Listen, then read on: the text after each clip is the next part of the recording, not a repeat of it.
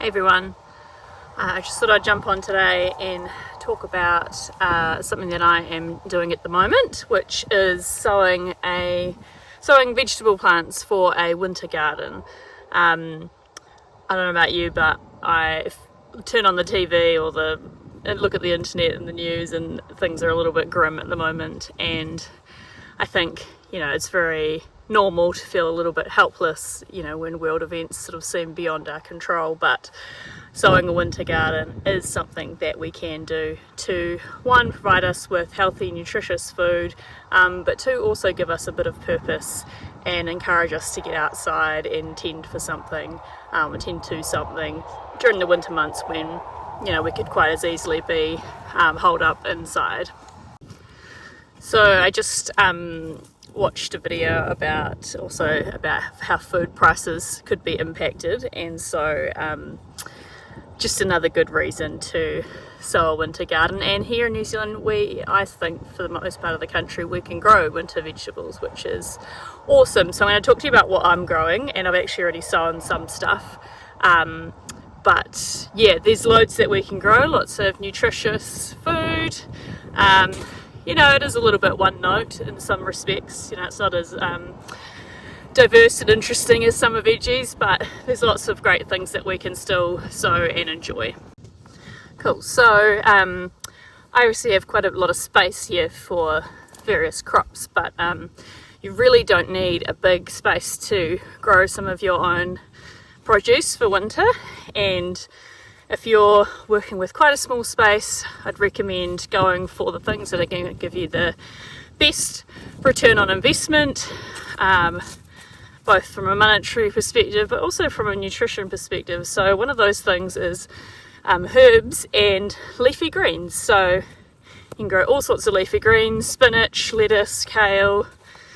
I'm sure there's more that I'm missing out there. Coriander, parsley, various other herbs. Grow really well in the autumn, winter and spring, and so some stuff will slow down during the winter because it's cold, but you can also adjust the space to make it more warm by putting like a frost cloth on or some glass if you've got like a cold frame. There's lots of different options that you can explore for leafy greens during the winter, autumn and spring. So lettuce in particular is kind of like a Goldilocks crop, so they don't like it too warm, but they don't like it too cool. So yeah, if you can provide a little bit of shelter or warmth, then that's good. Most of the leafy green crops don't require full sun either. You can grow them in part shade areas, so that's really handy. With lettuce though, in particular, you can get some really cold hardy varieties. Like I was listening to a podcast the other day of a lettuce seed farmer in Canada who overwinters some of his lettuce like deep in the cool part of Canada, and the variety was something like Rouge de something. I can never pronounce it, but I've grown that too and collected seed from it. So it grows well in New Zealand, and I believe you can get it from seed suppliers. So yeah, plenty of options out there for that. And the next crop I'll just talk to you about is peas as well. So shelling peas, so we can grow the pods, shell the peas out of it, and that's like your frozen peas sort of thing, but obviously fresh, so it's a real treat. So you can do lots of things with peas, and they're a good source of protein and other vitamins. You can also grow like sugar snap peas or mange tout peas, where you can kind of eat the whole pod and all, and there's various other kinds as well, but they're really cold hardy. You can direct sow them now, or you can get them into seed trays as well. So I've planted some seeds here for peas, and you can see they're just starting to come up. So I've got a couple of different varieties in here. This is our potato bed. I'm struggling to get some moisture into the soil actually. It's kind of hydrophobic since we had the potatoes in there and I stopped watering them, which is kind of interesting. But yeah, we've got you do not need this many peas, that's way too many. You probably only need a few plants just to keep your family going. So yeah, a handful of plants will do. You can get dwarfing varieties, so some of these are dwarfing varieties, so they won't need a trellis, so that's super useful. But yeah, peas are a really good one to grow. The other thing I'm trying this year is fennel, so bulbing fennel. I haven't grown this in a couple of years, but I believe now's the right time to get it going. And then you can see I've got a selection of brassicas that are already fairly, on their way to being mature. So we've got like broccoli, I believe some cauliflower, some cabbages. I think these are Brussels sprouts. I don't think I've grown Brussels sprouts before, so that's going to be a new mission for me. But yeah, these are super easy to grow during the winter, especially things like cabbages and kale, and broccoli even, although if it gets too cold it might run to seed. But if you've got something that you can fashion into some hoops and get some sort of frost cloth over them on the cold winter months, they do really well, at least for us here in this region. And I've just got some more brassicas that I've put in underneath this fabric, so they're really little plants, but they should come away, and I've just put the netting over them to stop the cabbage white butterfly, which is still flying around these days. So depending on how cold you get during the winter, some of your plants may stall their growth and then produce in late winter, early spring, but it depends on the variety as well. So I think it's worth giving it a go, and if you haven't before, just give it a go and see how it works in your area. The greens should produce straight away, but some of the broccolis and cauliflowers and that may overwinter and then produce in early spring.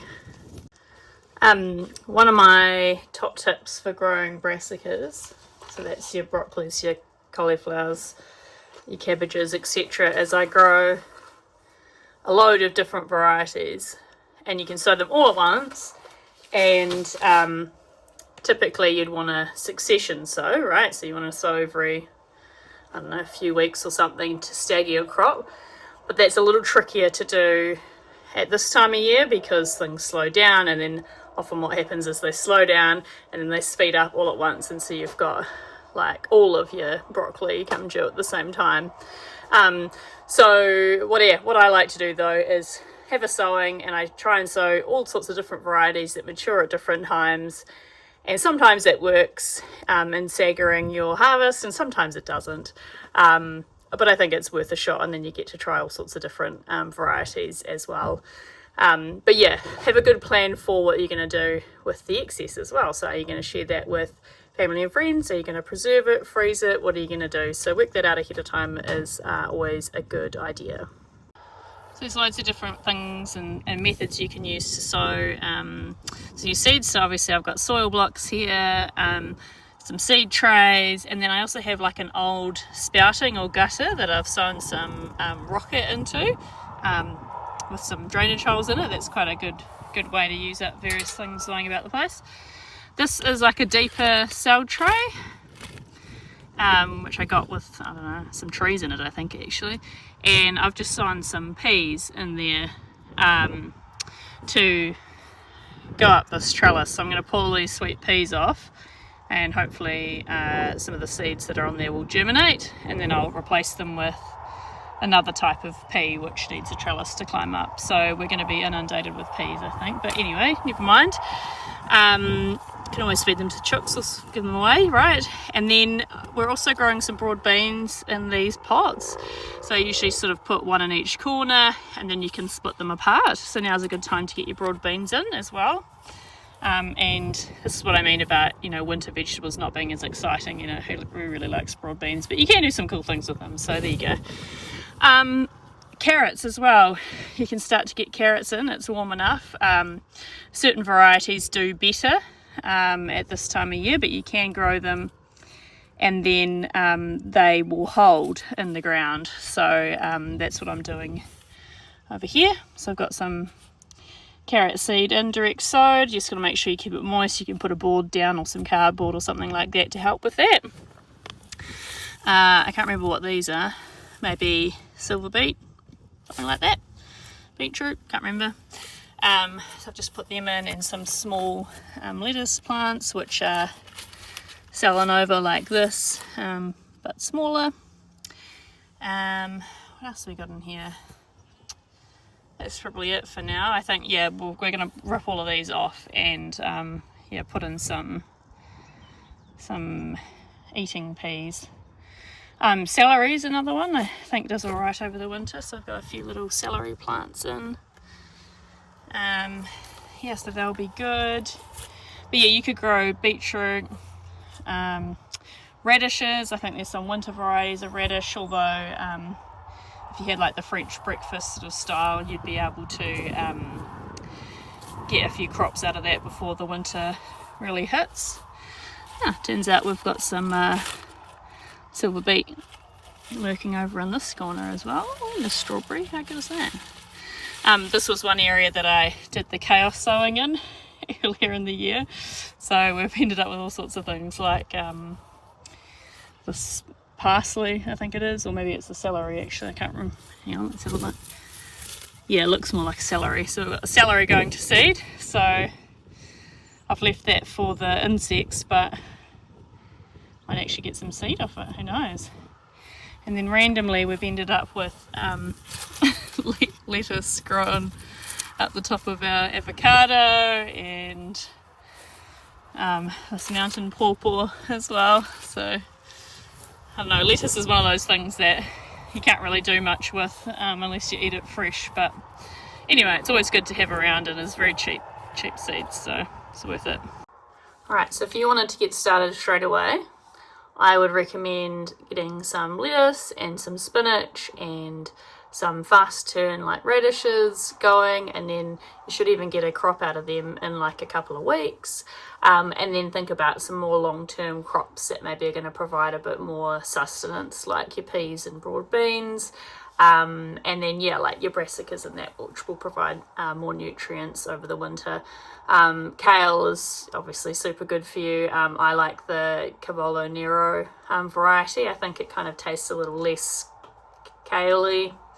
You know, it's great in stir fries, soups, stews, that kind of thing. So, but yeah, there's still a few options about for winter veggies. So, yeah, get stuck in. If you have any questions, let me know. But yeah, I think growing a winter garden is just a nice way to be able to have a sense of, you know, purpose over the winter, and also to be able to feed yourself and cushion the blow on the grocery bill as well. So this is the Cavolo Nero kale that I was talking about. This one is about to come out, and it's gone a bit mad. This was one of our last winter's crops actually. You can see it's been ravaged by white butterfly and aphids. So, so yeah, I'll pull that out, and yeah, we'll start again. Just sowing my friends a couple of friends a seedling tray each, as a little care package. So yeah, if you're a flower farmer and you've got the space and the means to be able to do that, I think that's a nice way to look out for your friends this winter.